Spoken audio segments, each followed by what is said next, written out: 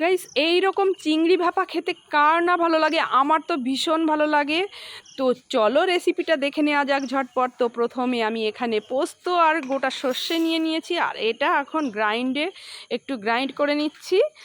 আর এর মধ্যে আমি কাঁচা লঙ্কা আর একটু জল দিয়ে আবারও গ্রাইন্ড করে নিচ্ছি। দেখতেই পাচ্ছ কত সুন্দর হয়েছে। তো এবারে আমি চিংড়ি মাছের মধ্যে লবণ হলুদ মেখে নিয়েছি, আর ওই পোস্ত আর সর্ষে গ্রাইন্ড করেছি সেটা দিয়ে দিচ্ছি, আর আন্দাজ মতো লবণ, আন্দাজ মতো হলুদ দিয়ে দিচ্ছি, আর একটুখানি চিনি দিয়ে দিচ্ছি।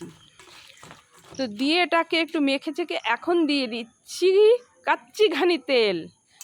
তো এটাকে এখন আরও সুন্দর করে একটু মেখে আমি এখন টিফিন বক্সে নিয়ে নিচ্ছি।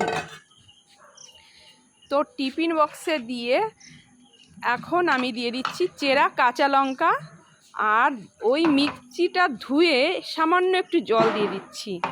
তো এটাকে এখন আর একটু নেড়ে চেড়ে এখন আমি এটাকে ঢেকে বসিয়ে দিচ্ছি স্টিমের জন্য গরম জলে।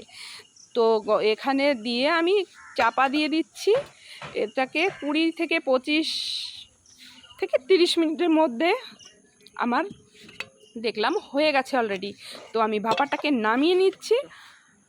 আর এখন দেখতেই পাচ্ছ, ওয়াও কি দারুণ কালার এসছে! দেখলেই বুঝতে পারছো যে কতটা সুন্দর আর কতটা ইয়াম্মি হয়েছে। তো তোমরা এভাবে ট্রাই করতে পারো।